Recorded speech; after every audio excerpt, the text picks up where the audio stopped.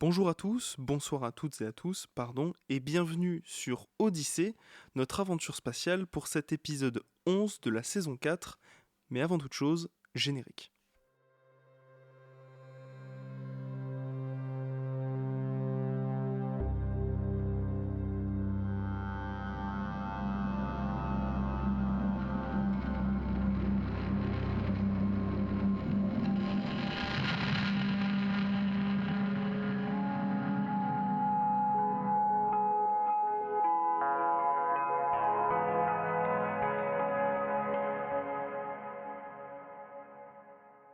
Ce soir, je casse les codes, je vais commencer par annoncer notre invité dont vous connaissez peut-être déjà le nom puisque vous avez peut-être déjà vu son portrait, et si ce n'est pas le cas, je vous invite à aller le découvrir puisque c'est un des métiers du spatial, on va dire du spatial émergent, c'est un avocat spatial.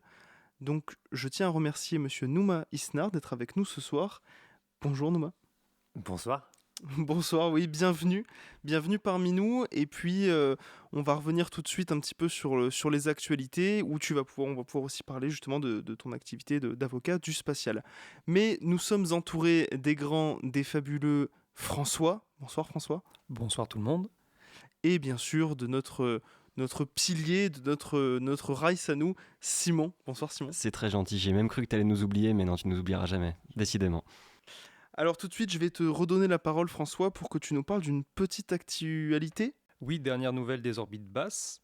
Une troisième entreprise chinoise s'est engagée à lancer une méga constellation. Donc pour ce faire, le 24 mai dernier, elle est passée par l'Union internationale des télécommunications, qui est l'organisation de coordination d'attribution des fréquences. Et donc c'est parti pour potentiellement une troisième méga constellation de plus de 10 000 satellites chinoises après l'entreprise Guowang et G60. Ce qui signifie qu'on va continuer potentiellement à augmenter de façon exponentielle le nombre de satellites en orbite basse. Actuellement, la grande méga constellation, vous la connaissez tous et toutes, c'est Starlink avec 5000 satellites actifs. Et évidemment, ça continue de poser les mêmes problématiques, difficultés, à savoir des orbites basses potentiellement saturées, des risques de collision, des risques d'augmentation du nombre de débris, et toujours les mêmes difficultés en ce qui concerne les pollutions lumineuses, mais aussi les pollutions atmosphériques qui sont de plus en plus connues, en tout cas sur lesquelles il y a des investigations scientifiques accrues. Voilà, donc une nouvelle en demi-teinte. On peut s'en réjouir ou on peut s'en inquiéter. Oui, et c'est donc une méga constellation qui aura quel objectif précis pour l'instant si ça a été annoncé ? On sait pas particulièrement ?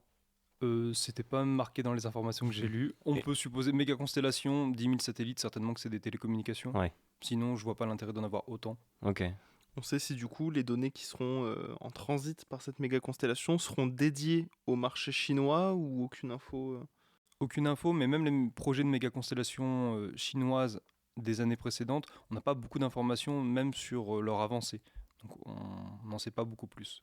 Ouais, mais ça fait déjà beaucoup de projets de méga constellation d'un point de vue international, dont certaines sont quand même bien avancées. Tu as parlé de Starlink qui est déjà active à l'heure actuelle et qui a un grand nombre de satellites et qui pose déjà de problèmes alors qu'ils souhaitent le multiplier par 6 ou 8. Mais 42 000 satellites, je crois. Ça avait été retoqué, après Elon Musk avait dit en fait on pourra peut-être se contenter de 30 000, etc. Je sais pas jusqu'à combien ils vont aller, mais là du coup on en serait potentiellement à une centaine de milliers de satellites en orbite basse, si on compte toutes les constellations qui ont été annoncées. C'est les chiffres qui sont donnés. Ouais. Je me refusais à faire le calcul de tête, tant c'est impressionnant, et tant déjà on voit les réactions de certains amateurs et passionnés d'astro qui mettent des photos où on voit justement une guirlande lumineuse de satellites Starlink.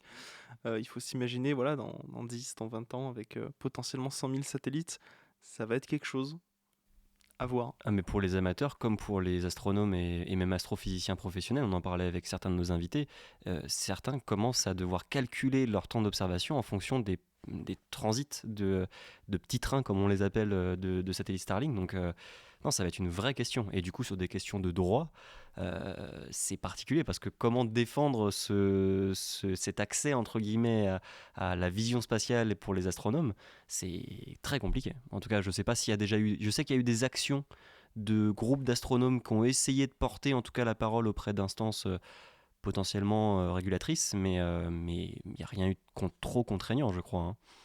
à ma connaissance en tout cas. De contraignant, non, mais alors je ne veux pas empiéter sur notre invité qui s'y connaît beaucoup plus que moi, mais là on renvoie au grand principe du droit de l'espace, liberté d'utilisation et d'exploration. Donc de ce côté-là, on ne peut pas faire grand-chose, si ce n'est au niveau national, mais ce serait porter atteinte à une industrie qui est florissante, ou en tout cas qui est en marche. Donc je doute que le moindre gouvernement veuille tirer une balle dans le pied de ces industries. Bah c'est juste ce que tu dis. Je pense que c'est le bon diagnostic. Le problème qui se passe, si tu veux, c'est que on est encore dans une phase d'explosion du New Space au niveau global. Alors il y a peut-être des signes d'une orientation qui commence à devenir un peu différente, notamment aux États-Unis, mais en tout cas en Europe et en Asie, il y a quand même cette grosse vague New Space. Tu parles de la Chine, mais il y a aussi l'Inde hein, qui sort des startups absolument incroyables dans ce secteur-là. L'annonce d'une constellation, enfin d'une méga constellation, dans le mot, il y a le mot annonce. C'est-à-dire qu'il y a aussi derrière un petit effet, il y a un effet politique aussi, parce que qui dit méga constellation dit aussi affirmation d'une certaine indépendance et d'une certaine compétition par rapport aux leaders du domaine que sont les États-Unis avec Starlink. Ça appelle, à mon avis, aussi à une chose pour nous, Européens et Français. Ça appelle aussi à quelle est notre situation vis-à-vis de ces grands acteurs? Est-ce que l'Europe, la France se dote d'alternatives? Alors on parle de OneWeb, etc. Mais est-ce que finalement, nous en Europe, on n'a pas aussi à réagir là-dessus? Parce que on peut effectivement déplorer le fait qu'il risque d'y avoir, il y a des risques de collision qui sont augmentés. Il y a un risque de monopolisation aussi de l'orbite basse. Mais il est vrai que dans cette phase d'expansion du New Space, se mettre en retrait, c'est se mettre à risque. Parce que même si, on vous disait tout à l'heure, hein, il y a Starlink voulait 42 000 positions, puis finalement 30 000 on peut négocier, etc. C'est quand même des projets qui sont dans une certaine mesure à géométrie variable. Mais lancer le projet, à mon avis, c'est absolument nécessaire parce que sinon derrière, qu'est-ce qui se passe? Vous êtes dépendant de technologies qui sont finalement maîtrisées par des tiers. On a vu ça il y a déjà quelques décennies avec typiquement le GPS, qui reste quand même une technologie propriétaire américaine et dont l'utilisation par le civil est à la discrétion, et c'est bien naturel parce que c'est eux qui l'ont financé, des États-Unis. Et c'est pour ça que d'ailleurs, des années après, on s'est rendu compte qu'il fallait peut-être qu'on lance Galileo et on y arrivera de toute façon. C'est pour ça que je pense qu'il faut aussi, alors l'idée c'est pas d'avoir un optimisme béat, mais il faut avoir cet esprit un peu de développement et de se dire, là on tente quelque chose. Et alors, l'idée, c'est pas non plus d'être irresponsable. Je pense qu'en France et en Europe, on a cette attitude assez mesurée qui, à mon avis, c'est d'abord notre identité, c'est notre façon de travailler.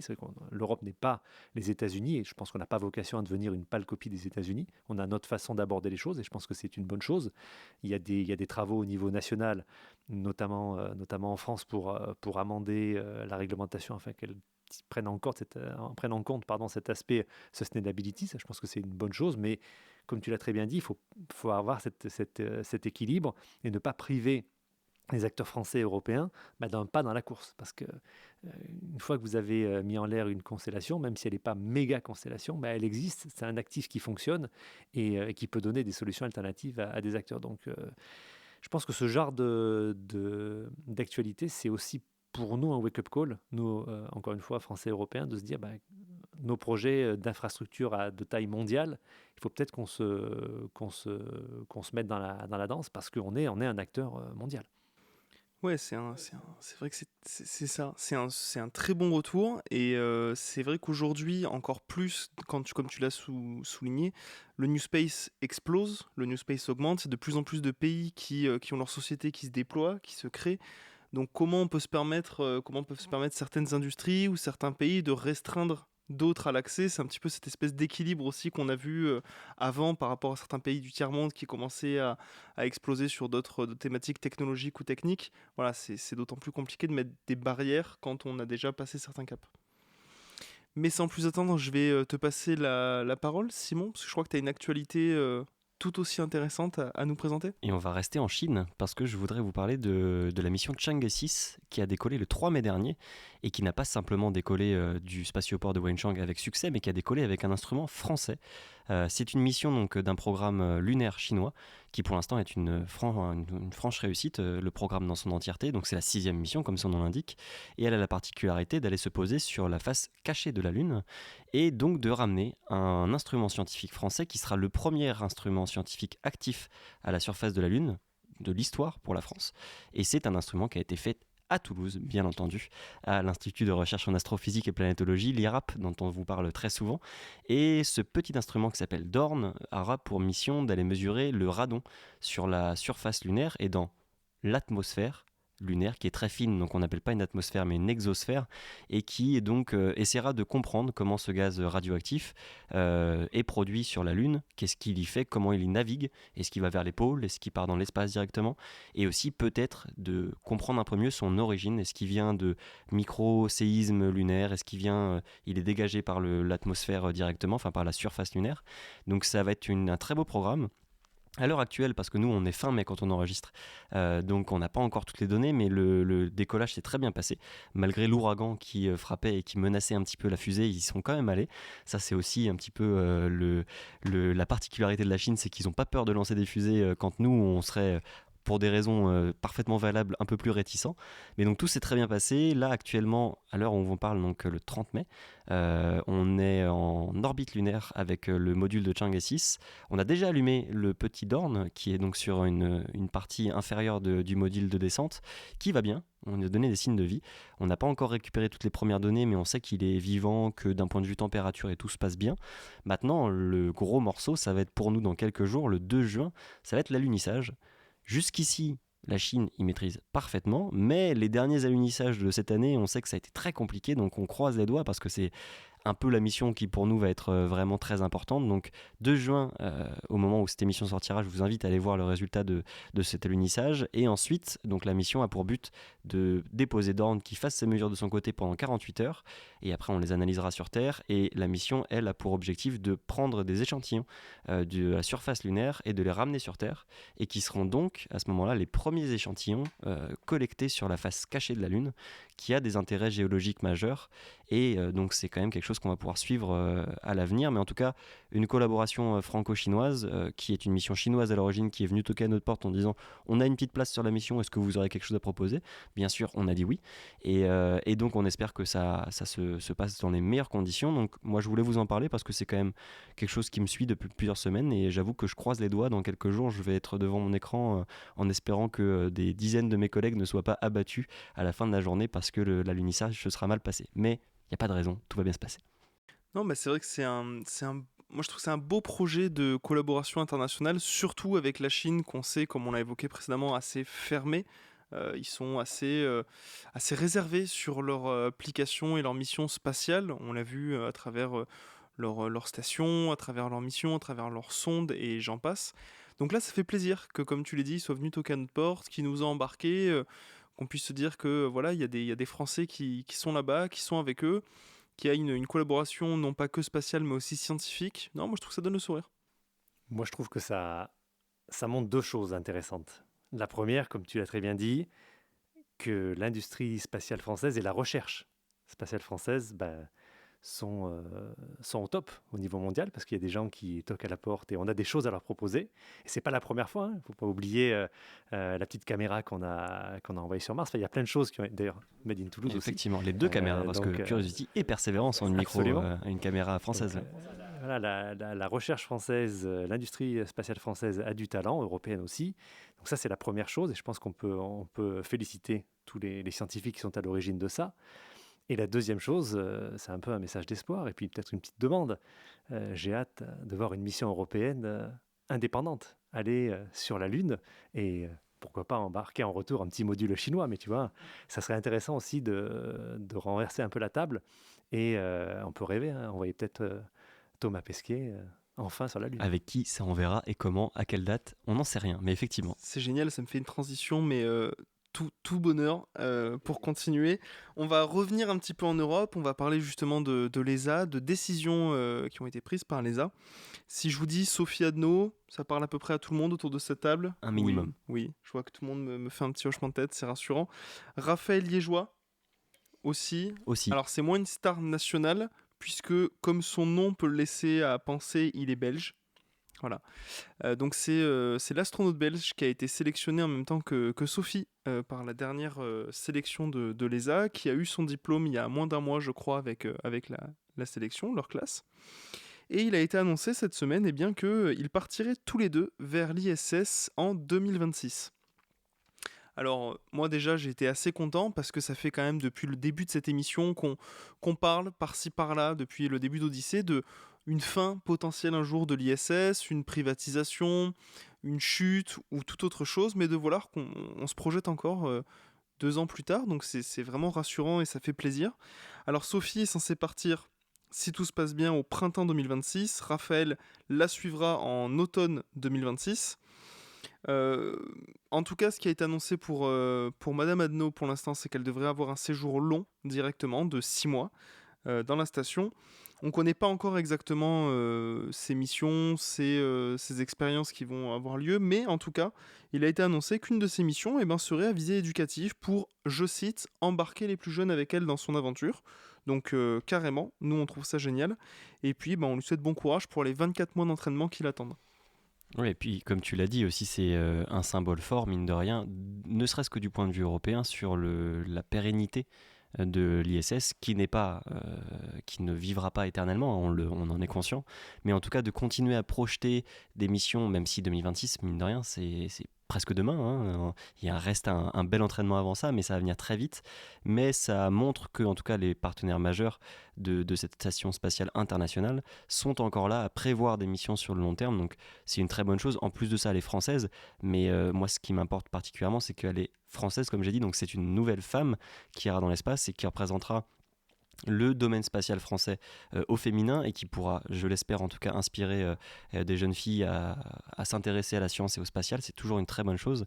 Depuis Claudie Agnuret, on n'en a pas eu beaucoup qui ont porté vraiment ce drapeau jusque dans des stations spatiales internationales. Donc moi je suis très heureux. En plus de ça, ça a l'air d'être une personne très investie sur la médiation, la pédagogie, la communication, etc. Donc je pense que c'est une très bonne chose.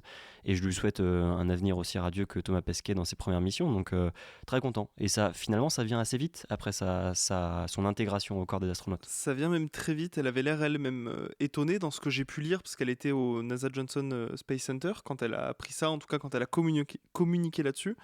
Donc oui, comme tu dis, c'est un beau message, je trouve, et au-delà d'un beau message, c'est surtout quelque chose qui devrait être davantage normalisé. Mais surtout, voilà, c'est quelque chose c'est une nouvelle qui fait très plaisir, puisque il y a plein de belles valeurs qui sont communiquées derrière. Ça montre encore une fois l'implication européenne et française dans le spatial international, dans l'ISS. Donc moi, ça me ravit. Je partage votre enthousiasme et votre bonheur, hein, d'avoir de telles belles nouvelles. Et on lui souhaite effectivement bien du courage parce qu'il y a un bel entraînement, mais bon, elle va être au top, c'est évident. Aucun doute là-dessus. Et pareil pour le collègue belge.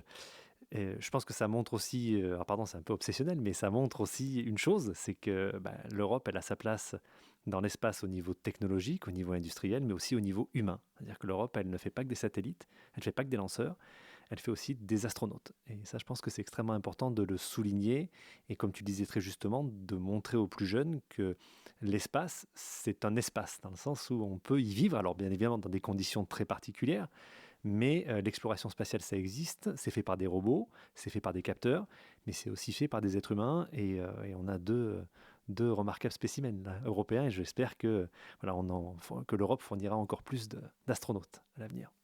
Bien sûr, ces belles paroles, je vais laisser la parole exactement à François, qui va nous présenter un nouveau point Space Culture. On se retrouve tout de suite. Alors, pour changer, on va faire un petit saut dans l'histoire, ça vous étonnera. Alors, nous sommes en décembre 1991. L'URSS agonise et une nouvelle ère peine à émerger en Russie. À Moscou, dans les files d'attente, s'étirant devant le McDo qui a ouvert dès 1990, de jeunes gens distribuent des flyers pour une fête devant se tenir dans l'un des grands temples de l'Union soviétique, le pavillon Cosmos, au cœur du parc VDNRA. Depuis Khrouchtchev, qui était le leader de l'URSS entre 1953 et 1964, ce pavillon expose les reliques de la conquête spatiale soviétique.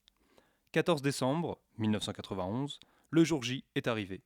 Aux côtés de la jeunesse moscovite, 2 cosmonautes sont de la partie. Alexeï Leonov, premier homme à avoir réalisé une sortie extravéhiculaire en 65, donc c'est un vieux monsieur, et Gretschko. Et quel concert a bien pu attirer deux héros de l'Union soviétique en cette période crépusculaire de fin de régime? Quelle musique doit résonner sous le portrait de Gagarine entre les répliques de Soyouz, de Vostok ou encore de Spoutnik? Extrait. Take me away.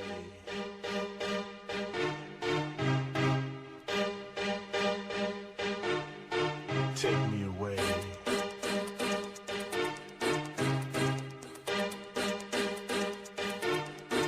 Take me away. Take me away.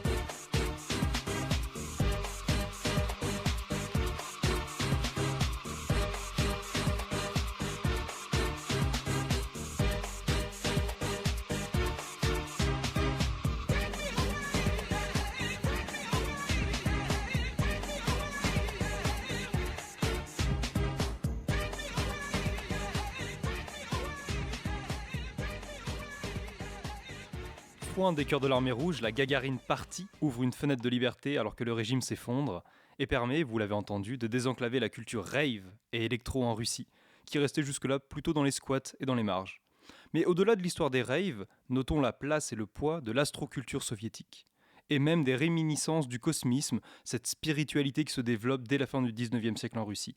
En effet, dans le documentaire d'Olga Darfi, qui est intitulé « Moi, Gagarine », Olga Darfi étant une jeune Russe qui a participé à cette Gagarine Party. Donc dans son documentaire que vous pouvez trouver sur YouTube, sur la chaîne 25 nuances de doc, vous avez environ 200 vues, et bien dans ce documentaire, plusieurs des organisateurs de l'époque s'expliquent. Donc pourquoi Gagarine? L'un dit « Gagarine a été le premier, seuls les pionniers nous intéressent ». Et pourquoi l'espace? Eh bien un autre répond parce que notre culture, notre musique, nos amis, tout cela appartient à un univers cosmique. Et bah, ça aurait pu être le sage cosmique qui aurait dit ça, que ça m'aurait pas étonné. Non, mais ça fait très soviétique de l'époque. Mais moi, un point qui m'a étonné, enfin, de voir Alexeï Leonov, donc comme tu l'as dit, premier homme à faire une sortie extravéhiculaire, qui aurait pu très mal tourner d'ailleurs, mais ça c'est une autre histoire. Dans ce genre d'événement, quand même un petit peu alternatif et revendicateur en général, en tout cas pour les rave parties dans l'image que je m'en fais aujourd'hui, ça m'étonne particulièrement. Et puis tu l'as dit, ça devait pas être un monsieur tout jeune à ce moment-là, je n'ai pas fait le calcul de son âge, mais c'est quand même un héros, on peut le dire, une gigantesque personne du spatial, hein, pas que russe, je vous rassure, hein. C'est quand même un exploit qu'il a pu connaître dans les années 60, donc franchement, et ça étonné d'avoir ce type de public qui s'ajoute à un public qui était plutôt, je suppose, jeune et plutôt dans la fête et dans l'envie de voilà, s'émanciper un petit peu du gouvernement qui pouvait être un peu une chape de plomb par moment. Donc franchement, je ne connaissais pas du tout cette anecdote et c'est clair que juste au crépuscule de l'URSS, c'est quand même quelque chose de très surprenant. Donc merci de m'avoir fait découvrir et je vais me renseigner un petit peu. Ouais. Et dans le documentaire, on voit surtout Gretschko qui parle et qui explique que à son âge, il a un peu du mal à aller danser, mais peut-être qu'après le champagne, il pourra aller danser. Sachant que les deux sont venus avec leurs petits-enfants. D'accord, ok. Donc ça nous explique un peu plus l'âge qu'ils avaient à ce moment-là quand même. Ah, moi j'aime bien, ça me rappelle les musiques un peu électropop qu'on avait sur certaines radios, type Fun Radio ou autre, le soir de certains week-ends quand j'étais ado. Et puis voilà, s'imaginer des figures de proue du spatial russe de l'époque en train de dodeliner de la tête, si je puis dire, bien que ce doit être plus violent s'ils avaient participé avec des jeunes en pleine rave party, j'adore l'image. Moi, je me pose la question, quand est-ce qu'on refait ça? Parce que ça serait extrêmement stylé de faire ça en France ou en Europe. Justement, on parle de faire connaître le spatial à tout le monde.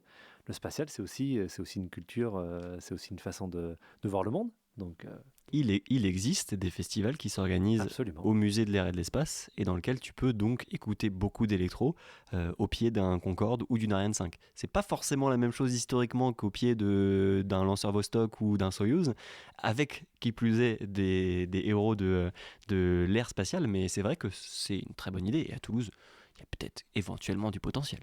Qui sait, Sait-on jamais. peut-être que l'avocat du spatial et les vulgarisateurs que nous sommes vont s'allier pour organiser la prochaine Adno Party ou Pesquet Party avec un peu d'électropop des années Au pied de 80-90. l'Ariane 5 de la Cité de l'Espace. Ah, et moi je dis, il y a un truc.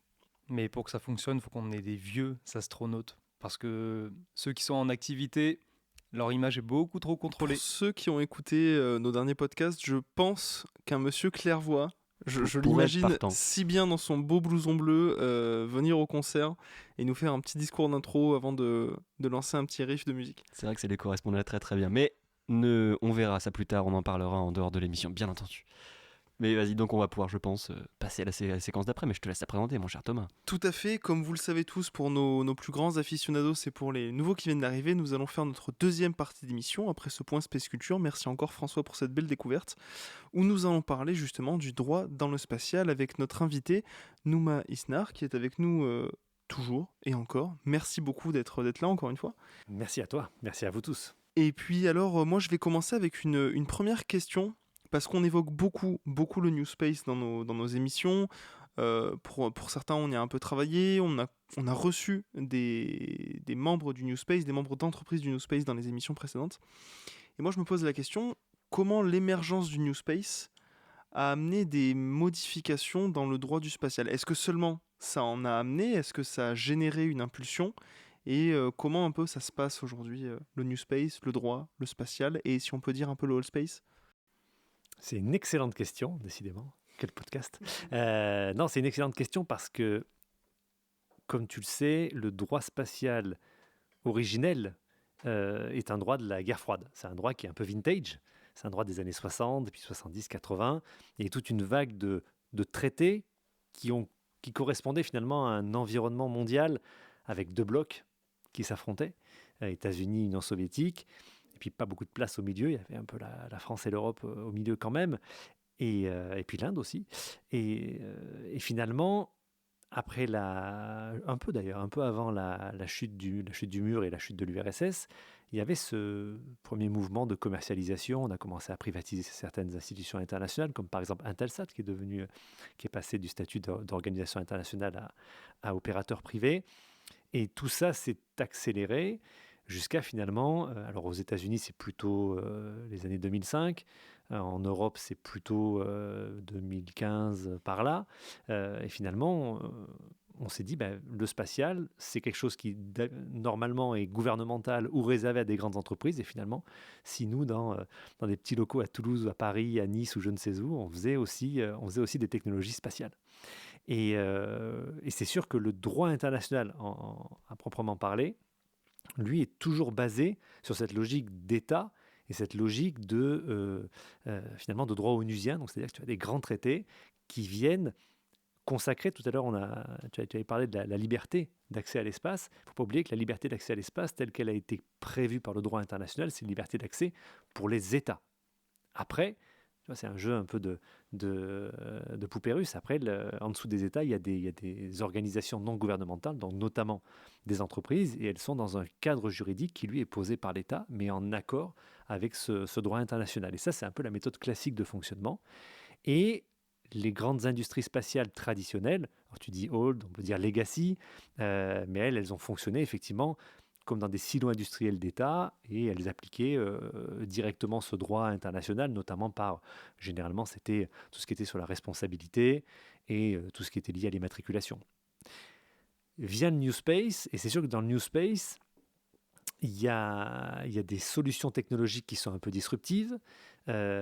C'est aussi au niveau des process. Vous avez par exemple des entreprises du New Space partout dans le monde qui se lancent par exemple dans des segments comme l'observation de la Terre, qui jadis étaient quand même des segments extrêmement contrôlés, déjà extrêmement chers, extrêmement difficiles d'accès. C'est extrêmement cher de faire des miroirs, de faire des capteurs, etc. Et là maintenant on voit des constellations un peu alternatives, des essais un peu alternatifs de capter de la donnée spatiale. Et du coup, tu te retrouves avec des process, des cadres réglementaires qui sont adaptés finalement à des duopoles qui maintenant doivent s'adapter à des entreprises un petit peu plus petites. Donc il y a tout un phénomène, si tu veux, de mise à jour de certains process qui se met en place. Et puis le droit spatial international un peu originel, j'ai envie de dire, lui, il reste là, parce qu'il y a un cadre international qui fait que de toute façon, au niveau onusien, c'est très compliqué de faire avancer les choses. Il ne faut pas oublier qu'on est sur la règle de l'unanimité, donc faire évoluer les choses, c'est toujours compliqué. Alors on a quand même toujours le COPUOS, qui est l'organisme qui gère le droit spatial, en gros, de l'ONU, et qui est basé à Vienne.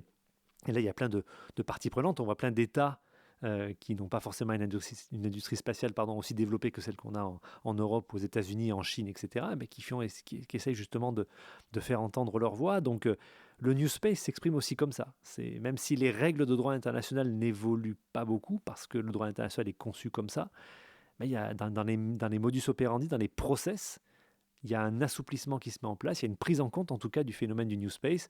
Tu citais tout à l'heure l'Union internationale des télécoms, elle-même aussi se trouve confrontée à des acteurs beaucoup plus petits et qui ont besoin d'un accompagnement un peu différent. Notamment, l'ITU publie beaucoup de guides à destination de ceux qui sont engagés dans des programmes de small sat, etc., pour accompagner aussi cette évolution du secteur, et c'est le fait que le secteur se démocratise.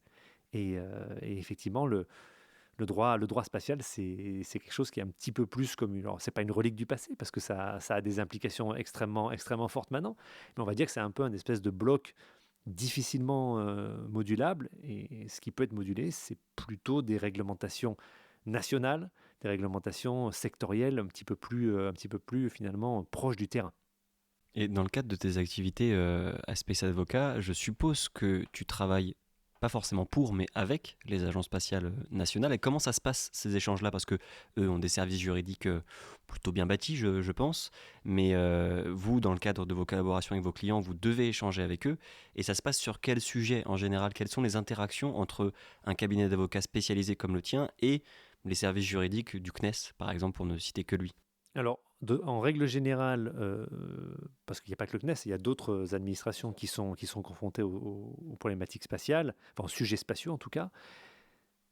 Moi, ce que je dis toujours à mes clients, c'est qu'il faut, quand on est un industriel spatial, quelle que soit la taille de l'entreprise, c'est pas parce qu'on est une start-up du New Space qu'on n'est pas acteur du secteur. Si on a des projets, et de toute façon, forcément, tous les projets qu'on porte ont une dimension réglementaire qu'il va falloir traiter. A fortiori, si c'est des sujets un petit peu plus critiques, comme par exemple la propulsion, comme l'observation de la Terre, les télécoms, là où on sait que on est forcément confronté à ce régime d'autorisation et de déclaration, il faut établir une relation avec son régulateur, avec les régulateurs. Au niveau de la France, mais c'est vrai pour tous les autres pays qui ont un secteur spatial un peu ancien. C'est vrai aux États-Unis, c'est vrai aussi dans d'autres pays, comme par exemple l'Inde. Il y a tout un accompagnement il y a l'ISRO, qui est le grand régulateur, qui est l'équivalent du CNES, mais il y a aussi InSpace, qui est une façade de l'ISRO un petit peu plus commerciale, un petit peu plus ouverte au secteur privé. Donc, partout dans le monde, et notamment dans les nations spatiales qui ont un peu de bagage là-dessus, il y a une volonté de tisser des liens. Et ça, je dis toujours à mes clients, il faut, dès le plus early stage, que vous ayez une relation avec le CNES, mais avec aussi la NFR, avec la DGE, tout à l'heure on en parlait. Il faut avoir une relation avec ces pouvoirs publics, expliquer ce que l'on souhaite faire et les tenir au courant. Il faut pas, l'idée derrière, c'est pas de les voir comme finalement des entités qui viennent là pour sanctionner. Elles viennent aussi là pour protéger le public, elles viennent aussi là pour protéger les autres acteurs, donc c'est bien normal qu'elles soient au courant. Et par voie de conséquence, ce que l'on fait chez Space Avocat, c'est effectivement qu'on accompagne les clients là-dedans, on accompagne les clients qui ont des négociations avec ces institutions. Mais voilà, s'il y a un message important, c'est effectivement, quand on est acteur du spatial, on est confronté forcément à ces problématiques réglementaires, et il ne faut pas les fuir, il ne faut pas en avoir peur, il faut justement ouvrir le dialogue, c'est très important. Et alors, il y a un autre sujet dont on parle souvent dans le podcast, et on a consacré une émission dessus d'ailleurs, mais c'est les débris spatiaux. C'est un sujet qui est hyper important aujourd'hui dans le spatial, surtout avec l'essor du New Space. Est-ce que tu peux nous en dire un peu plus justement sur l'impact de ce sujet écologique qui est au-dessus de nos têtes finalement, mais qui a une part hyper importante tant pour les industriels que pour le grand public? Comment ça se passe aujourd'hui au niveau législatif? Comment le droit avance là-dessus? Est-ce qu'il se passe tout simplement aussi des choses ou voilà, où ça en est? Alors, il se passe des choses au niveau mondial, hein, il se passe des choses au niveau global, il y a des tendances qui sont aussi données. Il y a quelques temps, il y avait notamment les États-Unis qui se sont un peu positionnés sur vraiment des bonnes pratiques de déorbitation, de gestion de la fin de vie. Il y a notamment au niveau européen aussi, au niveau de l'ESA, il y a des recommandations. Mais il faut regarder aussi ce qui se passe chez nous, typiquement en France, la réglementation technique du CNES, qui est finalement la partie, parce que bon, en quelques mots, le cadre réglementaire, le cadre juridique afférent aux activités spatiales en France, c'est quoi? C'est la loi sur les opérations spatiales, qui est un peu l'espèce d'épicentre de la réglementation juridique spatiale. Et puis, vous avez des déclinaisons avec des textes réglementaires qui viennent mettre en application certaines spécificités, notamment cette fameuse réglementation technique qui, finalement, permet au CNES d'aiguiller les industriels afin qu'ils fassent des plateformes, qu'ils fassent des systèmes qui soient compatibles avec certains objectifs, et notamment les objectifs de fin de vie, en tout cas de gestion de la fin de vie. Et ça, effectivement, c'est quelque chose qu'il faut manipuler avec précaution, notamment quand on est législateur, parce que, comme tu l'as dit tout à l'heure, si on commence à durcir cette réglementation, on peut faire peur à certains investisseurs qui vont se dire « je vais aller dans une juridiction un petit peu plus laxiste là-dessus ». Et à l'inverse, si on est totalement irresponsable, je pense qu'il y a même il y a un effet également dissuasif, parce que les investisseurs veulent se dire j'ai quand même envie d'aller dans un endroit qui est un peu réglementé. Mais là aussi, si c'est trop laxiste, vous mettez en danger les autres acteurs. Alors c'est vrai qu'il y a un travail actuellement de réforme de la LOS en France qui est mené, mais c'est une réflexion qui doit être effectivement menée au niveau global, parce que sinon, il y aura pas, s'il n'y a pas un consensus au moins industriel, on n'arrivera pas à faire bouger les choses, et il y aura toujours ces asymétries qui peuvent être extrêmement dangereuses. Et après, l'autre pendant, et ça c'est le côté aussi très intéressant du New Space, c'est toute cette espèce d'élan de créativité qui vient du New Space, mais qui est aussi saisi par le Legacy. Pour le coup, là, il n'y a pas de distinction dans les solutions, mais on voit quand même poindre des acteurs qui ont des solutions technologiques, des solutions de suivi, des solutions même parfois de remédiation, qui font ce qu'on appelle active debris removal, qui vont carrément aller chercher les débris les plus dangereux. Mais il y a aussi plein de boîtes, notamment françaises, qui cartographient aussi ces risques-là. Donc, il y a à la fois une réponse juridique à donner, mais il y a aussi une réponse industrielle. Et ce qui est intéressant de voir avec le New Space, c'est que là, il ne fait pas mentir sur ses promesses. Il y a des solutions intéressantes qui arrivent tous les jours, qui sont très intéressantes. Concernant la réglementation et son caractère contraignant, est-ce que les États qui ambitionnent de devenir des espèces de hubs et d'États pavillons du spatial, je pense notamment au Luxembourg, est-ce que ces États proposent des réglementations plus légères, notamment sur les questions des débris par exemple, ou la question de la prise en compte des enjeux écologiques? Est-ce qu'on a un risque d'avoir, un peu comme dans le droit de la mer, des États qui seraient juste des États pavillons, qui respectent pas grand-chose? Ça c'est toujours un risque. Alors après, moi je pense qu'il faut voir la situation avec un peu de nuance, parce que en fait, vous pouvez avoir le droit en tant qu'État de réglementer un secteur spatial, et on le voit d'ailleurs dans la façon dont interagissent les industriels avec les pouvoirs publics. On est quand même vraiment sur des logiques plus partenariales qu'une logique simplement de réglementation et de relations d'État à administrer. Pourquoi? Parce que un secteur spatial, une industrie spatiale, elle existe parce qu'il y a des acteurs industriels. Et vous pouvez être un État, si vous n'avez pas d'industrie spatiale, parce que l'industrie spatiale, c'est extrêmement exigeant. Parce quand on dit industrie spatiale, on dit oui, il n'y a pas de pas de tir, mais c'est pas parce qu'il n'y a pas de pas de tir que vous n'êtes pas une industrie spatiale, que vous n'êtes pas une nation spatiale. Pour être une nation spatiale, il vous faut bien évidemment une réglementation, mais il vous faut des administrations compétentes, et qui dit administration compétente, dit administration avec des gens qui sont formés.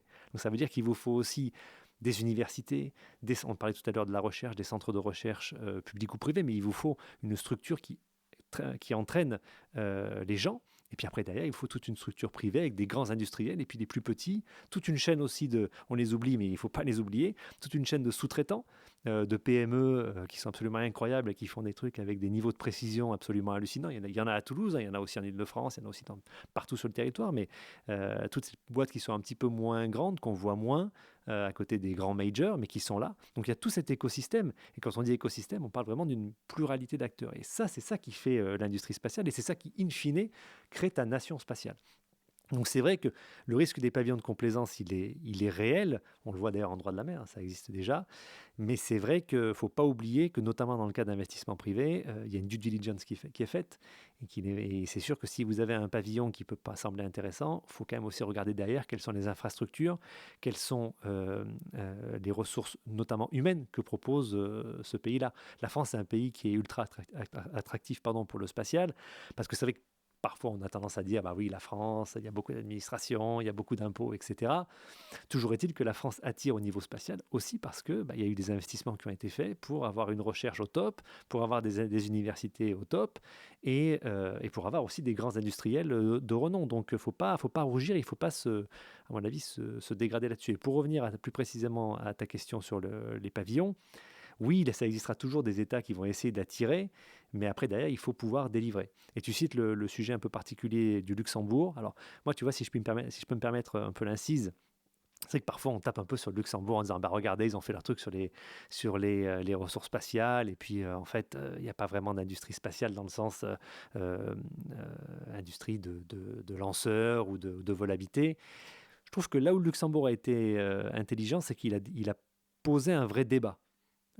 Et je pense que ça serait intéressant aussi au niveau français qu'on s'en saisisse, parce que qui dit conquête spatiale dit amener bien sûr des robots, amener des machines, mais ça veut dire aussi amener des êtres humains, parce que sinon ça n'a pas grand intérêt de faire la conquête spatiale si c'est pour ne pas évoluer au sein de l'espace en tant qu'être humain.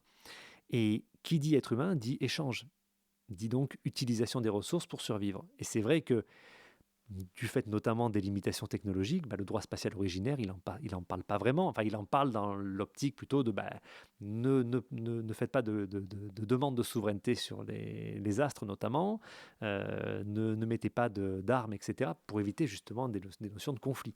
Mais la notion de ressources en elle-même, alors, on ne va pas rentrer dans le détail technique, mais il y a notamment le traité sur la Lune qui pressentait, puisqu'il demandait notamment à réfléchir à un système d'utilisation des ressources. Mais là où je trouve que le Luxembourg a été intéressant, c'est qu'il a vu ce qui s'est passé aux États-Unis, parce qu'il ne faut quand même pas oublier que les États-Unis ont été les premiers à enfoncer la porte avec l'histoire des ressources spatiales.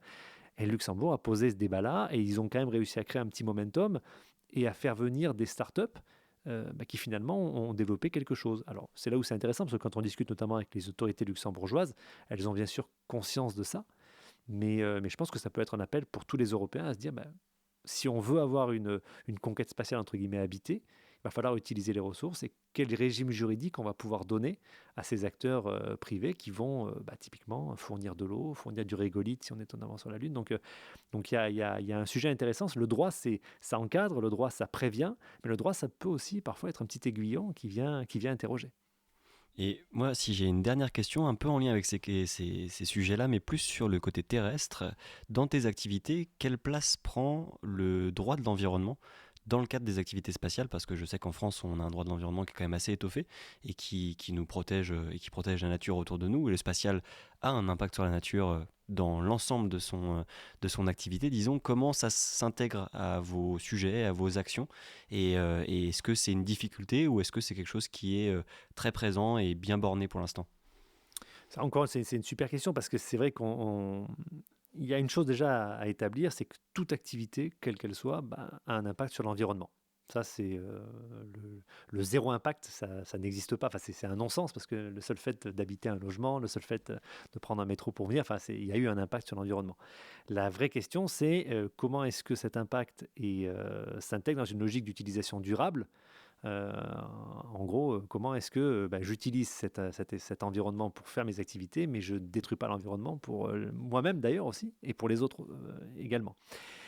Et le secteur spatial, comme tout secteur industriel, c'est quand même un secteur industriel. C'est-à-dire que ce sont des gens qui ont une expertise et qui savent manipuler notamment des matières dangereuses. Alors, je sais qu'on est à l'aube d'un revival du nucléaire spatial. Typiquement, l'industrie nucléaire, c'est pas une industrie d'amateurs. Ce sont des gens qui ont déjà maintenant un certain historique et qui en plus ont tout un process. D'ailleurs, à ce niveau-là, le droit du nucléaire ressemble beaucoup au droit spatial. C'est un droit qui est très processé. C'est un droit qui est très basé sur justement des séquences de développement, d'utilisation et de fin de vie. Là, d'ailleurs, il y a un parallèle qui, à mon avis, sera intéressant à l'avenir, notamment dans cette optique environnementale aussi. Donc voilà, pour revenir au propos, toutes les personnes impliquées dans les activités spatiales, elles ont, j'ai envie de dire, by design, parce que voilà, on revient aussi à la notion de la formation. Dans les grandes écoles, dans les écoles d'ingénieurs, dans les facultés, on inculque cette notion d'utiliser les matières, de les manipuler avec un certain protocole, et surtout de ne pas en faire n'importe quoi derrière. Parce qu'effectivement, alors c'est sûr que quand tu fais une plateforme satellitaire, il y a des matériaux qui peuvent être un petit peu, voilà, qu'il ne faut pas jeter n'importe où. Il y a tout un système de recyclage, etc. C'est encore plus vrai naturellement quand tu fais de la propulsion, quand tu manipules certains ergols. C'est pas du jus de pomme, hein. Il faut faire extrêmement attention. Mais là encore, ce sont des choses extrêmement normées, et c'est de l'intérêt d'absolument personne que d'avoir un comportement de voyou, entre guillemets. Tu vas pas aller vider ton ergol dans le jardin du voisin, ne serait-ce que d'un point de vue de l'image, et ça n'a aucun sens, et d'un point de vue purement industriel, et puis de citoyen. C'est des industries qui sont, faut pas oublier, aussi citoyennes. Elles sont là aussi pour offrir quelque chose à l'humain. Donc moi, je le vois au quotidien avec mes clients et mes partenaires. Tout ce qui est activité industrielle, quand on va visiter notamment leurs sites, ces sites sont extrêmement propres et où il n'y a pas de place au hasard, parce que notamment dans les sites où il y a des grosses machines, où il y a des gros bancs de test, safety first.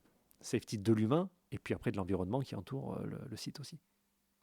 J'aurais une toute dernière question pour conclure, mais parce qu'elle me tenait à cœur. Peut-être si jamais tu as une réponse un peu plus courte, comme ça Pardon. on reste dans les temps. Les Non, avocats, c'est avec grand ça parle plaisir. trop. Mais est-ce que, comme tu l'as dit, ton métier d'avocat du spatial est assez récent? C'est une discipline aussi qui émerge petit à petit avec cet essor du New Space. Est-ce que tu as un dossier récemment, un client qui est venu avec une question ou autre, plus technique que les autres, ou plus pointu, ou qui t'a demandé plus de recherche, un truc un peu anodin ou iconique presque, que tu pourrais nous partager? Alors, je vais botter en touche comme un bon avocat, parce que tu sais que nous, on est tenu par le secret professionnel le plus absolu. Mais je vais quand même donner une petite réponse courte, je promets. Ce qui est intéressant dans le spatial, c'est qu'en fait, on est confronté à ça tous les jours.